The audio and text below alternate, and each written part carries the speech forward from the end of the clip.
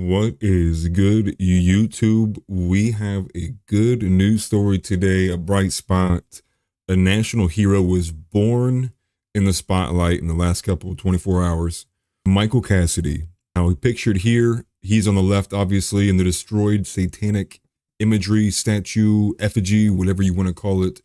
What's left of it remains is pictured there on the right. He has a great quote, which I couldn't find anywhere on Twitter. I couldn't find it in the article. I saw it on a post earlier, and I know it's real, but essentially, and I'm paraphrasing, he feels his call to his faith in God as his primary, and his call and serviceship and citizenship to bureaucracy second. And as far as I know, he did turn himself in once he did it. So he knew what the consequences would be, but he still felt he should do it, and so he did it. And this tweet pulled up here from Charlie Kirk. He beheaded the monument to Satan inside the Iowa State Capitol building. The Satanic Temple of Iowa is pressing charges, and Cassidy is facing 4th-degree criminal mischief. And then he puts there, TPUSA, they are pledging $10,000 to his legal defense fund, which I believe his goal was $20,000, which he hit that goal almost immediately. So this is from 21 hours. And then from 14 hours from End Wokeness, boom, Michael Cassidy. In less than 3 hours, they reached its 20,000 goal. I mean, obviously, it's pretty easy to do that if Charlie Kirk gave it half, like almost immediately. And I think the biggest tell that came from this was an immediate split on the right. Now, obviously, that happens with most anything that happens when someone rises from the right to do something like a sad, disgusting mob. A lot of the neocons, the establishment, the rhinos, and those who just really aren't truly conservatives but find themselves right-leaning, there to gobble him up because of all of their nuanced disagreements about why he shouldn't have done it, so on and so forth. I'll be honest with you, I think he's completely in the right. I would have done the same thing. And to just see kind of the difference here, right? Because now you have the libertarian infiltrated right. I guess I shouldn't say infiltrated, they kind of fell there because the left became so insane. The libertarian side of the right is freedom of religion. And then the Christian side of the right is national hero. And this discourse is playing out in real time. I actually have some tweets between Matt Walsh, Charlie as well, and Jenna Ellis, because it showed some of the differences that they had in their perspectives. So if I go here first, this was Charlie Kirk's first post, which he calls them a hero. And he says, if this is Christian nationalism, we need more of it. Hero. To which Jenna Ellis quotes and says, which we already know, Jenna Ellis, she's a traitor, Benedict Arnold, we already know all of that, right? I respectfully disagree. This is not the way. Christianity teaches that we war not against flesh and blood, but against spiritual wickedness, from Ephesians 6. The satanic statue had no more actual power than an idol in Babylon. I hate that this was erected in anywhere, especially a state capital. But lawlessness in the name of Christian nationalism is completely missing the point of religious freedom and legitimacy of law. Destruction of property is not okay for the Christian who hates a satanic statue any more than it's okay for the Satanist who hates a nativity scene. Now, I know what some of you may be thinking at this point forward, right? Because some of you who, like me, understand what the real rationale for freedom of religion actually means, which I'll come back to this at the very end. Lawlessness, most people who are on the right would not view what Cassidy did as a lawless act. They would view it as righteous.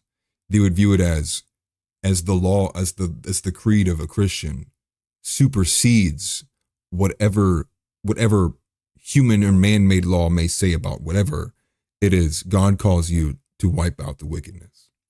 So, and to keep going on this thread between them, right? Because we got the big hitter here, home run hitter, Matt Walsh.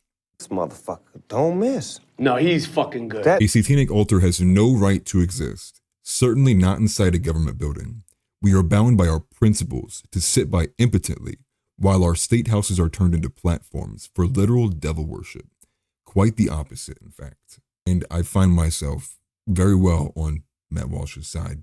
To which Jenna Ellis responds, I didn't advocate to sit idly by. It's a false choice that it's doing nothing or beheading the statue. Saying, right, either or. I am advocating to challenge the display legally. You say the satanic altar has no right to exist. That's a legal argument, and I agree with you. Attack with that. Iowa and the IRS should not have recognized Satanism as a religion in the first place, which I do agree with that. And then we get this final bit here, to which he is quoting a reply to Jenna Ellis. And the reply to Jenna Ellis was, "This whole episode has shown me our side is perfectly cool with tearing down statues we don't like in a manner that is indistinguishable from the left. Jenna is right here.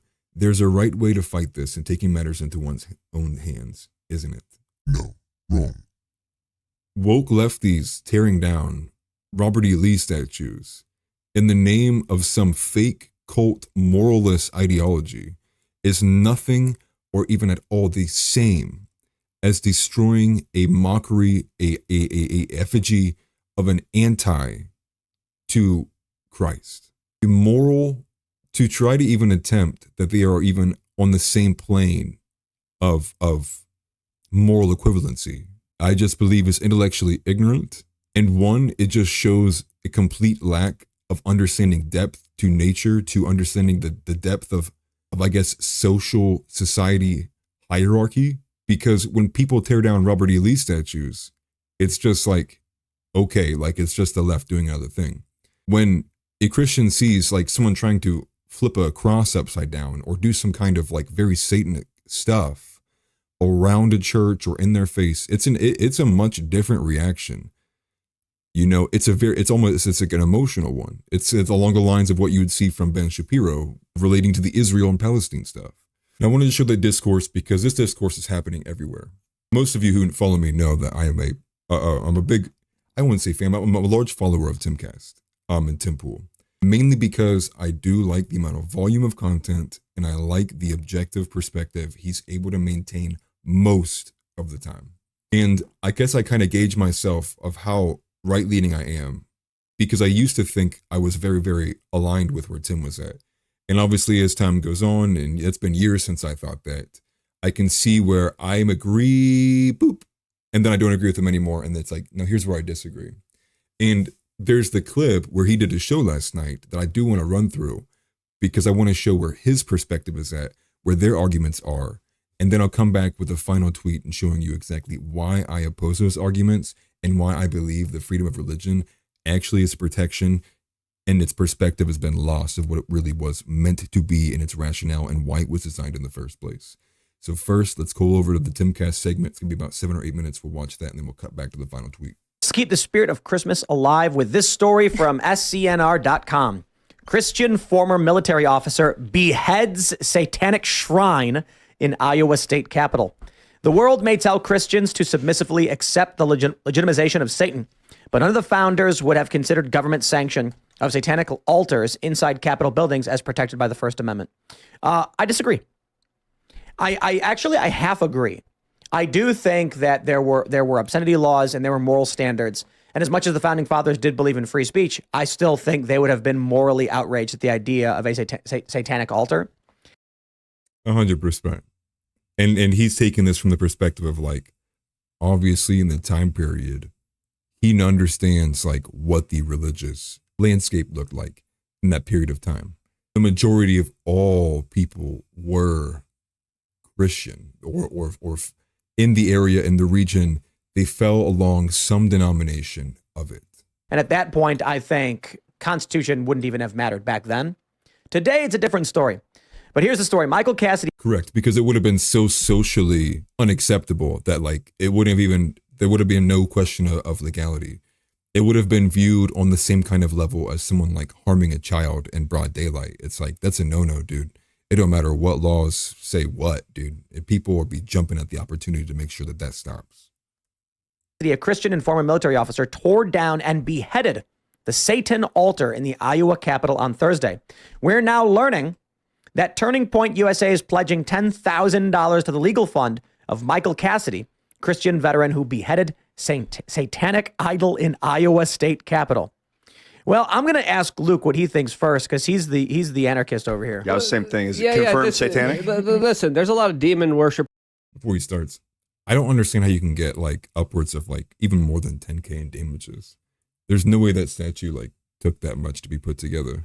Government. That's a fact. Now, do you have freedom of religion? Do you have freedom of speech and expression? I think so as well. And I think we have to understand that there's a delicate kind of line that we have to go down here, as of course we still got to respect people's individuals' liberty. But let's call out the Satanists as well. You don't have to resort to BLM tactics in order to kind of express your opinion. Was it actually satanic? This is where the right separates. Libertarian, always, whether for morality or not, their one biggest tenet is freedom, ultimate freedom, absolute freedom. And that's why I find myself not falling in that camp anymore as much as I used to be when I was younger.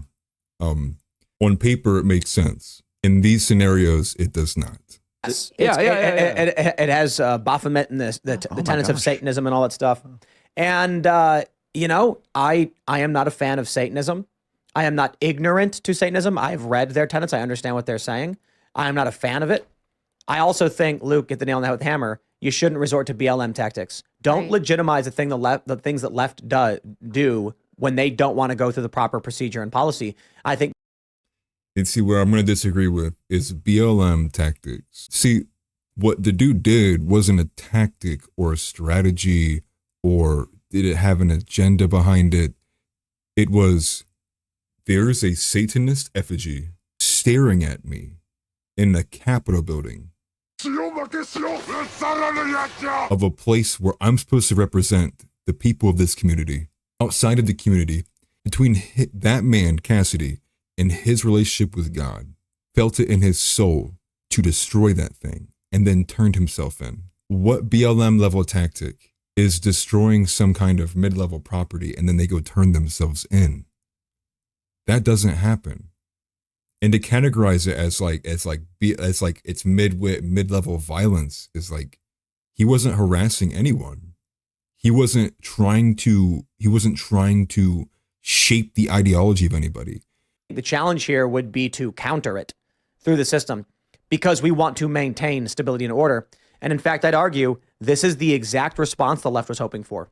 Yeah, I mean, I'm a constitutional.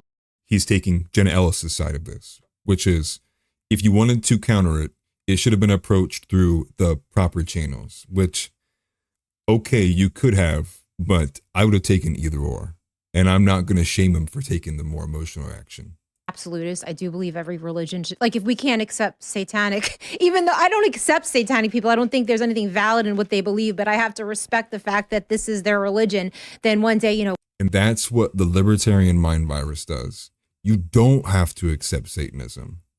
It's that your moralities are at odds with each other.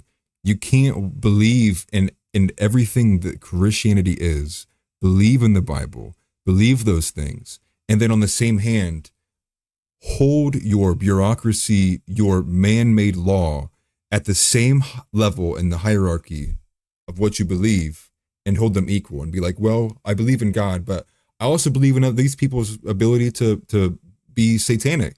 What? It's someone who's lost, who really actually doesn't really know how they feel. And in this little bit of tiff, she's like, well, I have to respect. Like, no, you don't. You're just at odds. Your tenets, your values are at odds.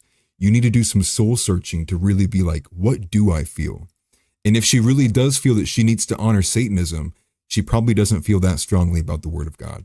What could happen if Christianity is banned? And that, I don't think that that's far off from happening. So unfortunately, we have to kind of accept the beliefs of these people. And I guess their statue that they had there was in response to something like, I think that there was a monument of the 10 Commandments, and then they wanted to put this satanic statue up to saying, because I fear, I must accept. Quite literally blatant cowardice. And I would imagine it would be seen as such from the eyes of the Lord. And that essentially nails it for the little bit I wanted to snip it here, because the conversation doesn't really go anywhere beyond this. It's essentially them kind of all agreeing like, well, like, we don't agree with Satanism, but, and it's these very weak stances, very soft held stances, because they don't come from a place of faith or a belief in God. They come from a belief in a government system. And that's why libertarianism is bound to fail. And they argue all of this on the aspect of freedom of religion. And like I said previously, I wanted to go back to a tweet that really highlights this. And exactly as the way it was laid upon me, how my father told me how freedom of religion was instituted, and what the real reasoning for the separation of church and state, and all of the ideals that Thomas Jefferson was putting into place, and what his ideas were meant to do. And so let me take you to Aristophanes. He's a phenomenal follow on Twitter. If you are on this, if you're on this platform, I know a lot of you may not be. He's really good at putting in, I guess, very complicated thoughts into very digestible pieces of literature to read and break down. And I think that's how he got big, was being a literary critic. It reads, a lot of people complaining about the Iowa Baphomet statue, things citing freedom of religion. But in all honesty, the founders meant freedom of Christian religions, as in freedom of denomination. They didn't want a repeat of the Anglican or Catholic Church propped up in America, telling a Christian population the exact way they must be Christian, or the divine right of king's baggage that came with that. This was necessary to keep the peace between all of the various Protestant sects in nascent America, as well as any Catholics on the scene. I highly doubt Jefferson was cooking up the freedom of religion clause for the future benefit of what he would consider bizarre religions of the Orient, pagans, or Satanism/witchery. There is a timeline of events surrounding the founding of the American colonies that just can't be denied as the motivating factor for this. The Reformation occurred and resulted in the creation of the Protestantism less than a century before the Pilgrims landed at Plymouth Rock in 1620. The 30 Years' War from 1618 to 1648 was one of the most destructive wars in European history, and a key component was religious competition between Lutheranism and Catholicism. The English Civil War from 1642 to 1651 had a large religious component to it, with the Cavaliers being Church of England Anglican supporters and the Roundheads mostly consisting of Puritans. The Irish role in this was heavily influenced by their population being heavily Catholic. This war also pushed a lot of the English to come to the colonies to get away from it. It is probably why my oldest American ancestry branch came here in 1650. So when the Constitution was written, over a century of religious strife and devastating war were barely in the rearview mirror, and the founders were all, if anything, keen students of history. But their entire world and the strife they sought to prevent was pretty uniquely Christian to the exclusion of almost all else. And a lot of this is highlighted. Man, if you just go back and you read a lot of Jefferson's writings between when he was forming the freedom of religious clause, as well as his arguments for the separation of church and state, his arguments for the separation of church and state were specifically along the lines of, one of the main lines being that if we force people to be Christian, right, he felt that it was removing the part of the free will aspect that is part of what makes Christianity Christianity, which is of someone's free will accepting Christ and having the government or the body of which enforce it to some level by, as how Aristophanes outlines it, in some specific manner of how you're supposed to be in the good divine rights, would have removed, it would have been like you were just doing it. You felt no actual organic inside intrinsic desire to go out and seek it for yourself of your own will. And that I can understand greatly, like, you know, that argument, because that's essentially what happened to the Pledge of Allegiance in schools, was when you do it because you're supposed to, it kind of just becomes this thing that you don't really respect, you don't really know what you're saying, and you're kind of just going through the motions. But to end it on a bad note, apparently, Michael Cassidy, this is from 4 hours ago, Michael Cassidy was notified of more potential legal charges. So he had to open the legal fund donation back up. So they hit their $20,000 mark only for a few hours afterwards to be brought information showing like they may actually hit you with this, they might sue you with this, and these people over here might sue you too. So I'm not sure what the goal is, but I would encourage you to, if you can, whether it's even $2, man, to support this national hero and arrive on the front lines and say, no, it's not about freedom of religion. We do not accept in this country that we will recognize Satanism as a religion. Satanism should be viewed as an anti-Christian hate group. And that's all I got for today. Peace.